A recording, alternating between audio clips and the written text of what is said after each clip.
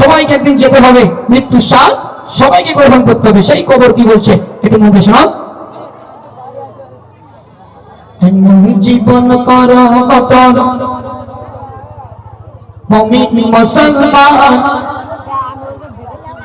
এমন জীবন কর অটল মুমিন মুসলমান, আর মরণেতেই ঘাসবে তুমি কাঁদিবে ভুবন, মরণেতেই ঘাসবে তুমি কাঁদিবে ভুবন। একটু মন খুলে বলুন সুবহানাল্লাহ, আরেকটু জোরে বলুন সুবহানাল্লাহ। আল্লাহ বলছে দুনিয়ায় যতদিন আমি হায়াতে জিন্দেগি দিয়েছি এমন জীবন তৈরি করে এসো, কবরে আসলে যেন মুনকার নেকির ফারিস্তার হাত থেকে যেন ছাড় পেয়ে যাও। কিন্তু আমরা সেটা চিন্তা করি না। আল্লাহ বলছে সেই কবরে গেলে তোমাদের কি অবস্থা হবে। আল্লাহ কি বলছে? আমি গুনাহগার ইবনে মতিউর রহমান প্রতি জায়গায় বলছি, মধ্যে শোন। এমন জীবন কর গঠন, এমন জীবন কর গঠন মুমিন মুসলমান, এমন জীবন কর গঠন মুমিন মুসলমান, মরণেতেই ঘাসবে তুমি কাঁদিবে ভুবন, মরণেতেই ঘাসবে তুমি কাঁদিবে ভুবন। এমন জীবন কর গঠন, এমন জীবন কর গঠন মুমিন মুসলমান, মরণেতেই ঘাসবে তুমি কাঁদিবে ভুবন, মরণেতেই ঘাসবে তুমি কাঁদিবে ভুবন। একটি গাড়ির চারটি চালক, একটি প্যাসেঞ্জার, যাইবে তুমি কবর দেশে কাঁদিয়ে সবার, যাইবে তুমি কবর দেশে কাঁদিয়ে সবার। মরণ গাড়ি আসতে পারি, আল্লাহ বলছে মরণ গাড়ি আসতে পারি হলে যে মরণ, মরণ গাড়ি আসতে পারি হলে যে মরণ, ওই গাড়িতে তুলে দেবে তোমার আত্মীয় স্বজন, ওই গাড়িতে তুলে দেবে তোমার আত্মীয় স্বজন। জীবন কর গঠন মুমিন মুসলমান, এমন জীবন কর গঠন মুমিন মুসলমান, আর মরণেতেই ঘাসবে তুমি কাঁদিবে ভুবন, মরণেতেই ঘাসবে তুমি কাঁদিবে ভুবন। নাই জানালা নাই দরজা এমন কঠিন ঘর, এবে থাকি পাশের কাঠি তোমার কবর ঘর, এবে থাকি পাশের কাঠি তোমার কবর ঘর। স্বজন তোমার কাফন, আল্লাহ আবার বলছে স্বজন তোমার কাফন ওই যে কবরেতে, স্বজন তোমার কাফন ওই যে কবরেতে, আর মুনকার নবী আসুক চলে তখন কবরেতে, মুনকার নবী আসুক চলে তখন কবরেতে। একটা মানুষ যখন ইন্তেকাল করে দেখবেন মসজিদের খাটিয়াটা ভাই জোহর বাদ, নয়তো আসর বাদ, নয়তো মাগরিব বাদ, নয়তো এশা বাদ ঠিক আপনার বাড়ির সামনে হাজির হয়ে যাবে। একবার জোরে সুবহানাল্লাহ বলবেন না? জোরে বলুন না। মায়েরা শুনুন, ওই মসজিদের খাটিয়াটা আপনার বাড়ির সামনে চলে আসবে। ওই খাটিয়া নামক খাটিয়াটায় প্যাসেঞ্জার কজন থাকবে? প্যাসেঞ্জার কজনা? প্যাসেঞ্জার একজনা, সাওয়ারি করবে চারজনা। খুব মন দিয়ে শুনবেন, মৃত ব্যক্তি থাকবে একজনা, ওই খাটিয়াটা ড্রাইভার করবে চারজনা। দেখেন যেই তোমাকে কবরস্থ করা হয়ে যাবে 41 পা চলে যাবার পরে দুটো ফারিস্তা কবরে আসবে, তারা এসে তোমাকে জীবিত করবে। ও ইবনে মতিউর রহমান হায়াতে 50 বছর, হায়াতে 70 বছর আল্লাহ পাক হায়াত দিয়েছিলেন।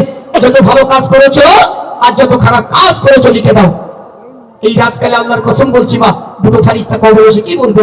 ইবনে মতিউর রহমান কি লিখছে ভীষণ বলবে এসে দুই ফারিস্তা, দেখো জীবনের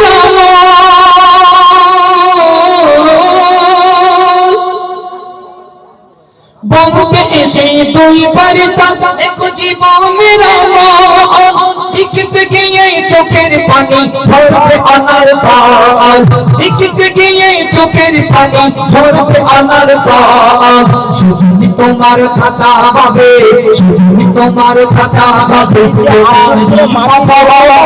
শুধুই তোমার খাতা হবে তোমারই কপাল মুখের লালা কালি হবে আর মুখের লালা কালি হবে আঙুল হবে যে কলম মুখের লালা কালি হবে আঙুল হবে যে কলম জীবন করো গঠন মুমিন মুসলমান জীবন করো গঠন মুমিন মুসলমান মরণেতে ভাসবে তুমি কাঁদিবে ভুবন মরণেতে ভাসবে তুমি কাঁদিবে ভুবন।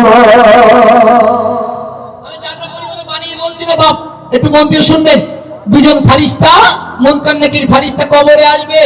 ও আব্দুল গফফার আব্দুল সত্তার শিখে জেগে যাও, তোমাকে বসিয়ে দেওয়া হবে। তোমাকে প্রশ্ন করবে যত ভালো কাজ করেছো আর যত খারাপ কাজ করেছো লিখে দাও। যিনি মৃত ব্যক্তি মায়েরা তিনি চিল্লাতে থাকবে কাঁদতে থাকবে আমি বাড়িতে খাতা পেন নিয়ে আসিনি, আমি কেমন করে লিখবো। আমার বাপ একটু মন দিয়ে শুনুন, সেদিন আমাদেরকে লিখতে হবে। আমাদের যে কাফনটা দেয়া হয় এই কাফনটা আপনার জন্য খাতা বেনে যাবে। মুখে থুতু মোবারক অর্থাৎ মুখের লালা মোবারক আল্লাহ কালি বানিয়ে দেবে, এই শাহাদাত আঙুলটা আল্লাহ সেদিন কলম বানিয়ে দেবে। একবার জোরে বলুন না সুবহানাল্লাহ, একটু জোরে বলুন। শেষ কথায় প্রিয় কবি কি লিখছে দেখুন, আতিদাতির করো কামাই বেঁচে দুনিয়ায় মনে রেখো দুনিয়া তোমার থাকার জায়গা নয় মনে রেখো দুনিয়া তোমার থাকার জায়গা নয় দৌড়ি ছুটো ছুটি দৌড়ি ছুটো ছুটি কিসের আয়োজন দৌড়ি ছুটো ছুটি কিসের আয়োজন এমডি মতিউর নেবে বিদায় আজ তারি আয়োজন এমডি মতিউর নেবে বিদায় আজ তারি আয়োজন জীবন করো গঠন মুমিন মুসলমান জীবন করো গঠন মুমিন মুসলমান আর মরণেতেই ভাসবে তুমি কাঁদিবে ভুবন মরণেতেই ভাসবে তুমি কাঁদিবে ভুবন। এখনকার ছেলেদের দাবি করতে হয় না, বিয়ের নাম শুনলি মোটরসাইকেল দোকানে রেডি থাকে, শোরুমে মোটরসাইকেল রেডি থাকে। খালি একটা আমি যা বলি সত্য কথা বলি। আমি আর মোস্তাকি অনুষ্ঠান করে ফিরছি বাপ, রাস্তায় অ্যাক্সিডেন্ট হয়ে পড়ে আছে। দুটো নাক দিয়ে রক্ত মারাচ্ছে দুটো ছেলে, রাস্তা দিয়ে সবাই যাচ্ছে। কসম বললাম খোদার যাত্রা পরিমাণ মিথ্যা বলে আল্লাহ যেন জমান দেখিয়ে দেয়। রাস্তাতে গাড়ি যাচ্ছে কেউ বলে না। আমরা অনুষ্ঠান করে ফিরছি, ঠিক আমাদের বেড়াচাপা পার হয়ে হাড়োয়া রেলগেটটা পার হয়ে ঠাকুরবাড়ি বলে একটা জায়গা আছে রাস্তার ধারে, ওখানে অ্যাক্সিডেন্ট হয়ে পড়ে আছে। একটা বাইকে দুজন ছিল, দুটো ছেলে, দুটোই বিয়ে শাদী করিনি, ইয়াং ছেলে। আর একটা গাড়িতে ছিল স্বামী স্ত্রী দুজনা হিন্দু। বউটা অ্যাক্সিডেন্ট করে বাগানে গিয়ে পড়ে আছে, স্বামীটার এখান থেকে হেঁটুর মালা নেই, স্ত্রীর ওন্না দিয়ে আমি এখান থেকে চাপ দিয়ে বেঁধে রেখে দিয়েছি, কেউ নেই না। গাড়ি বেড দিয়ে 3 জনকে 4 জনকে হসপিটালে পাঠালাম, দুজনে স্পট ডেট হয়ে গেল জি, আর ভাইটার পা কেটে বাদ গেল।